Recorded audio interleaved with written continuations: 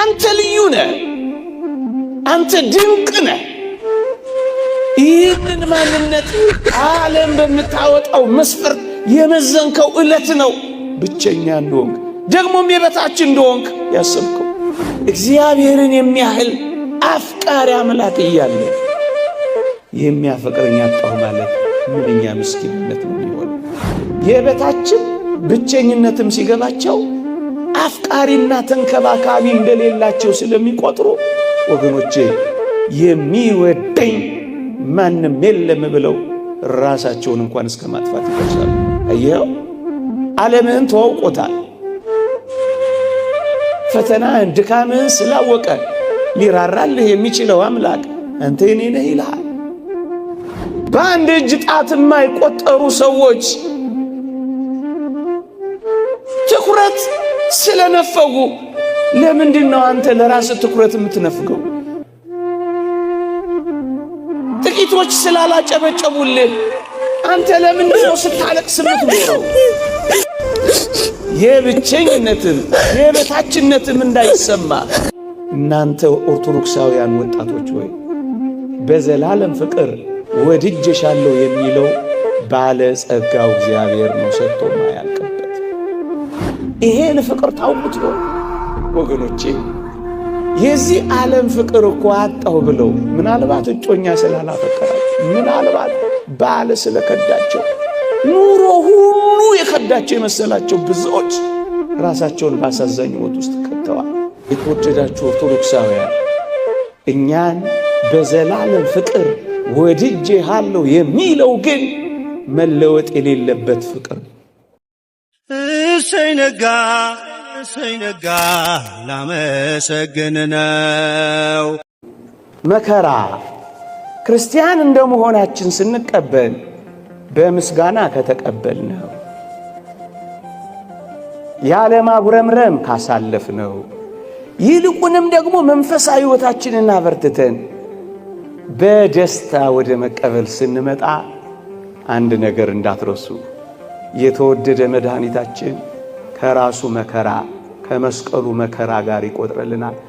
አብረን እንድንከብር አብረነው መከራ ብንቀበል ይላላ ይቆጥረዋል። እዩ የኔና የእናንተን እንቅልፋምነት በቅዱሳን ትጋት፣ የኔና የእናንተን ንፉግነት በቅዱሳን ጥሪት አልቦነት ዋጋ አድርጎ ከተቀበለው የኔና የእናንተን መከራ ከራሱ መከራ ጋርም ጭምር ይቀበለዋል፣ ይቆጥረዋል። እንዲህ ይላል ቅዱስ ጳውሎስ፣ ላንብብላችሁ በሞቴ እንዲህ ይላል፣ ከክርስቶስ ጋር ተሰቅያለሁና እኔም አሁን ሕያው ሆኜ አልኖርም፣ ክርስቶስ ግን በእኔ ይኖራል። አሁንም በሥጋ በምኖርበት ኑሮ በወደደኝና ስለ እኔ ራሱን በሰጠው በእግዚአብሔር ልጅ ላይ ባለ እምነት የምኖረው ኑሮ ነው ይላል። ከክርስቶስ ጋር ተሰቅያለሁና አብረኸው ተቸንከራ። መከራ ስትቀበል አብረኸው፣ ስታመሰግን አብረኸው፣ ደስ ሲልህ አብረኸው፣ ስትጎሳቆል አብረኸው ወደ መስቀሉ ትወጣለህ። አብረኸው መስቀሉ የምትሸከም ትሆናለህ። አብረኸው ከክርስቶስ ጋር ተሰቅያለሁና በቃ እኔ አሁን በዚህ ምድር ላይ የምኖረው ለራሴ አይደለም፣ በሞተልኝ ነው። እናንተ ወጣቶች እስኪ ለእናቴ ልኑርላት ትሉ የለ? እስኪ ደግሞ ጥቂት ለጌታችሁ መኖር ልመዱ። ለአባቴ ልኑርለት ትሉ የለ? ለዘላለም አባታችሁ መኖር እስኪ ልመዱ። አሁን የምኖረው ኑሮ በወደደኝና ራሱን ለኔ አሳልፎ በሰጠው በክርስቶስ ላይ ባለኝ እምነት ነው ምኖረው። ምን ብያለሁ? አብሬው ሞቻለሁ፣ አብሬው ተሰቅያለሁ። አንዳንድ ሰይጣን በጆሮአችን እየመጣ ራስን ጥላ ሊልህ ቢችል አንተ ወጣት ሆይ ከኔ በላይ እኔን የሚወደኝ አምላክ አለ ብለህ አታሳፍረውም ሰይጣን። አንዳንዴ ሞት የሚል ድምፅ ሲያሰማ ከክርስቶስ ጋር ሕያው ሆናለሁ ለምን ብቻዬን እሞታለሁ አትለው? አንዳንዴ ተሰቀል ይላል። ብቻዬን ተሰቅዬ ምን፣ ከአምላኬ ጋር እሰቀላለሁ እንጂ መከራውን አብሬ እካፈላለሁ እንጂ ክርስቲያን እንደመሆኔ በልዩ ልዩ ፈተና ስፈተን ደስ ወደሚሰኝ ጥልቅ መንፈሳዊ ሕይወት ገባለሁ። አብሬው ከፍላለሁ እንጂ ብቻዬን ምን አረጋለሁ? ለምንድነው እንጨት አንጠልጥዬ የምሰቀለው? ክርስቲያን በመሆኔ ሰቀላለሁ። ስጋን ከክፉ መሻቱና ምኞቱ ጋር እሰቅላለሁ እንጂ እኔ ምን በወጣኝ መሰቀለው አትለው። ጥፋ ጥፋ ጥፋ ወይም አጥፋ ሊል ይችላል። ከክርስቶስ ጋር እኖራለሁ ብላ አታሳፍረው። መከራን እንደዚህ ካሳለፍከው ራስን አትጎዳ። ይሄን የምናገረው ለምን እንደሆነ ታውቃላችሁ? ምን ሆኖ ነው እንደዚህ የሚያወራው ልትሉ ትችላላችሁ።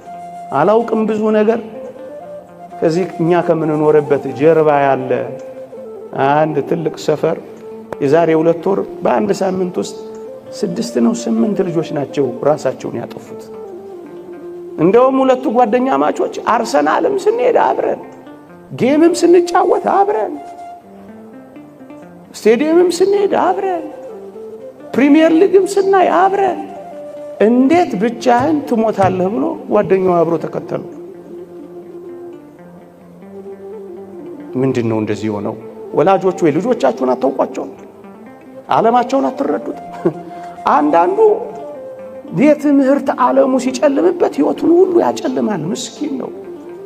አንድ ሳብጀክት ኤፋ መጣ ማለት ምናልባት ቀኑን ሊደብር ይችላል እንጂ ዘመንን ሁሉ ሊደብረው ይችላል። ማትሪክ አላመጣህም ማለት ሰማይና ምድር ተደፋ ማለት ነው። ሕይወት እኮ ዘርፏ ብዙ ነው። ገና ያልተሰራ ብዙ ዘመን አለ። ገና ያልተሰራ ብዙ ሥራ አለ። ለምንድነው በራስ ላይ የምትወስነው? ሞት ሲል ሞት ምን ቦጣ?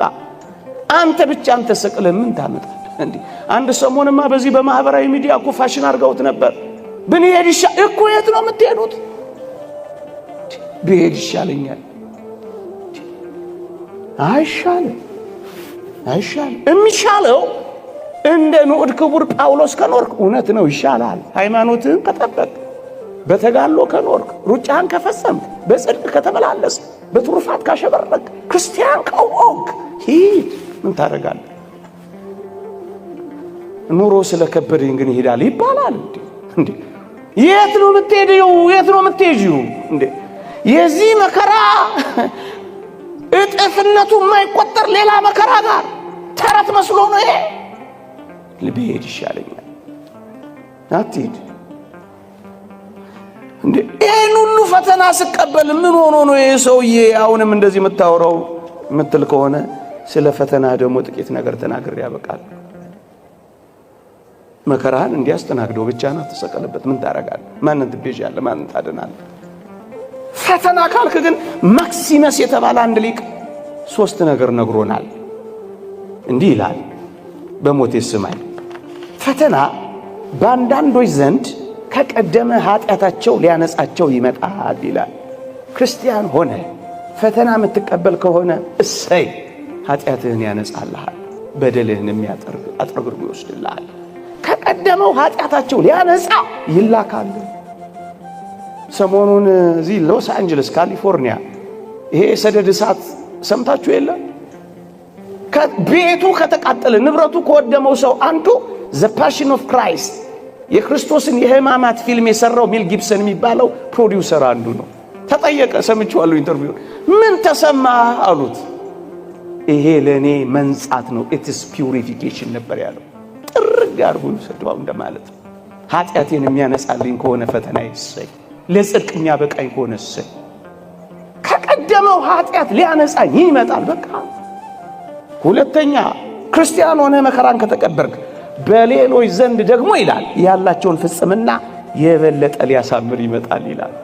የበለጠ ውብ ሊያረገ፣ የበለጠ ሊሰነግለን፣ የበለጠ ሊያሳምርልን ይመጣል። ሶስተኛ በአንዳንዶች ዘንድ በሌሎች ዘንድ ደግሞ ይላል ሊመጣ ላለው ነገር እንዲዘጋጁ ለማድረግ ይመጣል ይላል። ሌላ መከራ ካለ ያሁኑ ፈተና እየሰራህ ነው። ምርጥ ሸክላ የሚሰራው በብዙ እሳቶች መካከል አልፎ ነው። ቆንጆ ጠንካራ ዕቃ የሚወጣው ብዙ ተፈጭቶና ተቦክቶ ነው። እየሰራኝ ነው በል። ለምንድን ነው ራስን የምታፈርሰው? ለምንድን ነው ራስን የምትገለው? ለምንድን ነው ሱሰኛ የምትሆነው? ለምንድን ነው ቁማርተኛ የምትሆነው? ለምንድነው ጭርምት ኩርምት ብላ ሕይወት እንደጨለመችብህ የምታስበው? ደግሞስ አንድ ምስጢር ልንገራችሁ እንዴ ዲያብሎስ እስኪ ልጠይቃችሁ መጀመሪያ ሌባ ልጠይቃችሁ። አንድ ሌባ ቤት ሰርስሮ ግድግዳ ጥሶ ግንብ ደርምሶ ጉድጓድ ቆፍሮ ቤት ውስጥ ገብቶ የሚሰርቀው ባዶ ቤትን ነው ወይስ ሀብት የሞላበትን ቤት ነውም? አይደለም። እንግዲያውስ ዲያብሎስ በብርቱ የሚታገል ከሆነ ባዶ ስላልሆንክ ነው። ይሄ ነው እውነቱ። ሃይማኖት የሚባል ሀብት አለ፣ ተስፋ አለ፣ የመንግስተ ሰማያት። ለዛ ነው የሚታገል። ባዶ ብትሆንማ ምን ያታግለዋል? ትቶ ነበር የሚሄደው። አንተ ባለጸጋ ነህ። ሃይማኖት አለ፣ ምግባር አለ፣ ተስፋ አለ። እሱን ሊያስጥልህ ነው። ደም ተቃብተሃል። እንዴት ቆሞ ሊያጨበጭብልሽ ትፈልጊያለሽ? ሊያፏጭልህ ትፈልጋለህ? ሊያሞግስ ትፈልጋለህ? አይደለም። ሀብት አለ። ሀብት ስላለ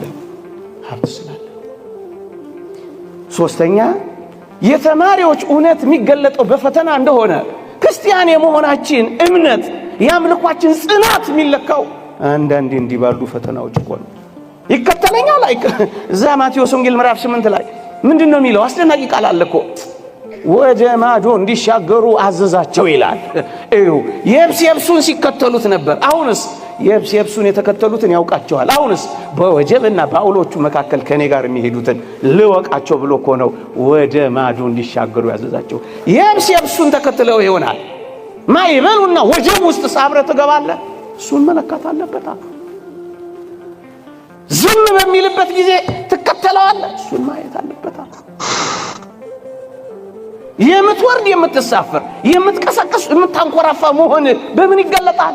ሶስተኛ አራተኛ ፈተናው የሚመጣብን ትኩረታችን የተወደዳችሁ ኦርቶዶክሳውያን እግዚአብሔር ሳይመጣ እንደማይቀር ሳይሆን ቀኑ ላይ ነው ትኩረታችን። ለዚህ እኮ ነው የምንፈተነው። መቼ ነው የሚመጣው? መቼ ነው የሚሆነው? መቼ ነው ስለምንል እኮ ነው። እግዚአብሔር ግን ሳይመጣ አይቀርም ካላችሁ ግን ትረጋጋላችሁ።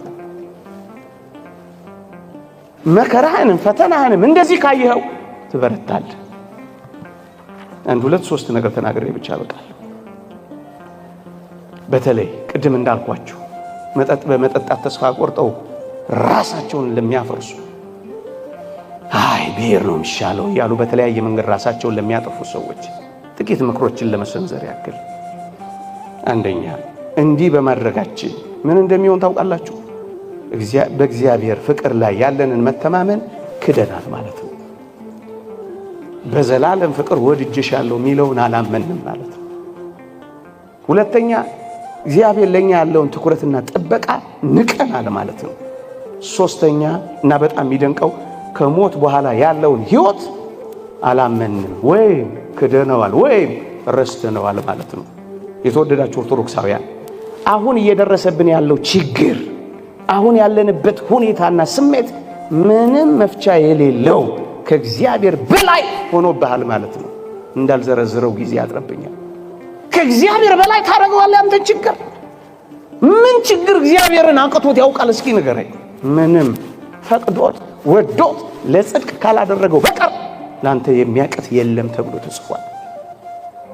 ደግሞስ ለዚህ ኑሮ ካልተገባሁማ የዘላለሙ ይቅርብኝ ማለት እንደሆነ ታውቃለህ።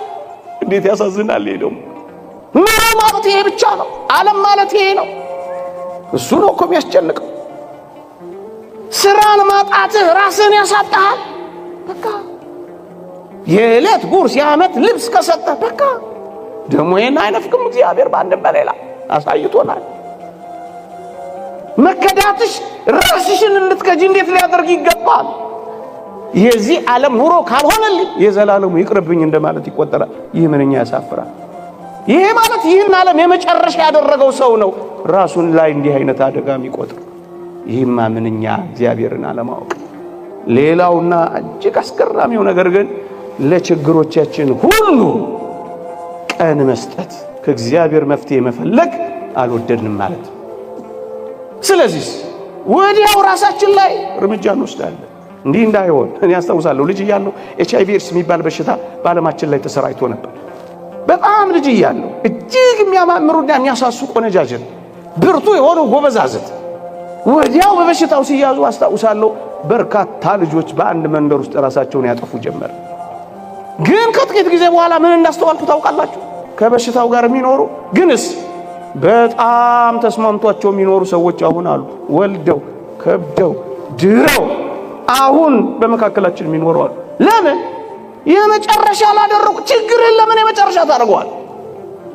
ጊዜ መስጠት፣ መታገስ። ለምን ትቁረጠነጣላችሁ ወጣቶች? አሁን ካልሆነ ብላችሁ ሰማይ እንደተደፋባችሁ ለምን ትቆጥራላችሁ? እንደውም እኔ እሰማለሁ፣ አነባለሁ፣ በሽታው ከሰውነታቸው ጨርሶ የወጣ የጠፋ ሰዎች ሁሉ አሉ። አየህ፣ ቀን ስጡ፣ ለእግዚአብሔር እድል ስጡ። እኔን የሚፈርድ ጌታ ነው። ቀኑ ሳይደርስ አንዳች አትፍረዱ ይላል ቅዱስ ጳውሎስ። በራሳችሁ ላይ ማንፈራጭ አረጋችሁ። ችግርህን ለአንዴና ለመጨረሻ ጊዜ የሚያጠፋል ሞት መስሎ ከሆነ ውሸት ነው። በጣም ተታለሃል። በጣም ራስን ማጥፋት የሚያጠፋው ችግርን ሳይሆን የሚያጠፋው ህልውናህን እንደሚያጠፋ፣ ከዛ ከፍ ብሎስ የእግዚአብሔርን ሐልወት በልብ ውስጥ ያለውን እንደሚያጠፋ ግን እንዳትረሳ። ታላቅ ኃጢአት የሚሆነው ይህንን ነው። የእግዚአብሔር ምሕረትና ይቅርታ ለኛ ያደረገውን ፍቅርና ትኩረት ያጠፋ ሰው ነው ራሱን የሚያጠፋ። ራስን ማጥፋት ትንሽ ችግር ለመፍታት ትልቅ ችግር መፍጠር ማለት እንደሆነ ግን ተረዱት። ለጊዜያዊ ችግር ውስብስብና የማይፈታ ችግር መፍጠር ነው። ለሚቀለበስ ችግር የማይቀለበስ መፍትሄ መስጠት ነው። ይህ ምንኛ ያሳዝናል። መጨረሻ የእግዚአብሔር ቃል እንዲህ ይላል፣ እምነት፣ ፍቅር፣ ተስፋ እነዚህ ሶስቱ ጸንተው ይኖራሉ። ፍቅር ግን ይበልጣል ከሁሉ። ሶስቱን ነገር የረገጠ ሰው ነው በራሱ ላይ በመጠጥ፣ በሱስ፣ በቁማር ወይም በሌሎች ነገሮች በርካታ ነገሮች ተስፋ ቆርጦ የሚኖር። ከዚያ ከፍ ብሎ ደግሞ በራሱ ላይ አንዳች ነገር የሚያደርግ ሰው እነዚህን ሶስቱን የጨፈለቀ ሰው እግዚአብሔርን አያምነው። ደግሞስ የዘላለም ተስፋውን ረስቷል። ደግሞስ ፍቅር የሚባል ነገር ትቷል። ከትላንት ላይ ታሪኩንና ትዝታውን ክዷል። ትላንት እንዳልተደረገለት በማይፀን ውስጥ ደም ሆኖ አጥንት ሰክቶ ምንም ባልነበረበት ዘመን ከናቱ ጋር አገናኝቶ የመገበውን የትላንቱን ታሪክ የረሳ ሰው ነው። ያሳዝን። ትላንትን አስታውስም፣ ነገን ደግሞ ተስፋ አደርግም። እምነት፣ ተስፋ፣ ፍቅር ለሌለው ሰው ደግሞ ቤተ ክርስቲያን ጸሎት አታረግም፣ ዝማሬ አትዘምርም፣ ከበሮ አትመታ። ራስን ካጠፋ አንተ ብትኖር ንስሐ ትገባ ነበር። አንተ ከሌለህ ግን ለሌላው ኃጢአት ንስሐ ትገባለህ። መጨረሻ ላይ ለሰራው ራስን ማጥፋት ግን እንዴት ትዘምርልሃለች? እንደ ድል አድራጊ ታለቅስልሃለች እንጂ ከበሮ አትመታለን። ምክንያቱም እምነትን፣ ፍቅርን፣ ተስፋን ረግጠሃል። ግን አንድ ተስፋ አለ። በስም ጠርቼሃለሁ፣ አትፍራ፣ አንተ የኔ ነህ። ይቆየን። እሰይ ነጋ፣ እሰይ ነጋ፣ ላመሰግን ነው።